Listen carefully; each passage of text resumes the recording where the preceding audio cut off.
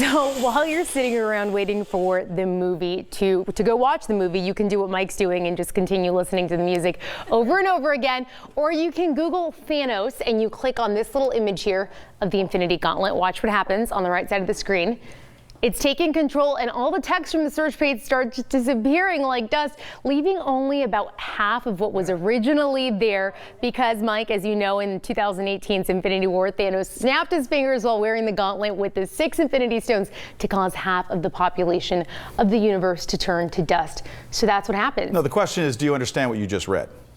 No, but you do. And look what happens when you click it again. I know this has some context, but it reappears. Ooh. So, yeah. Pretty cool. So somebody's going to take all the stones and bring those people back to life. Does that help, Alina? Zombie Avengers? Called it.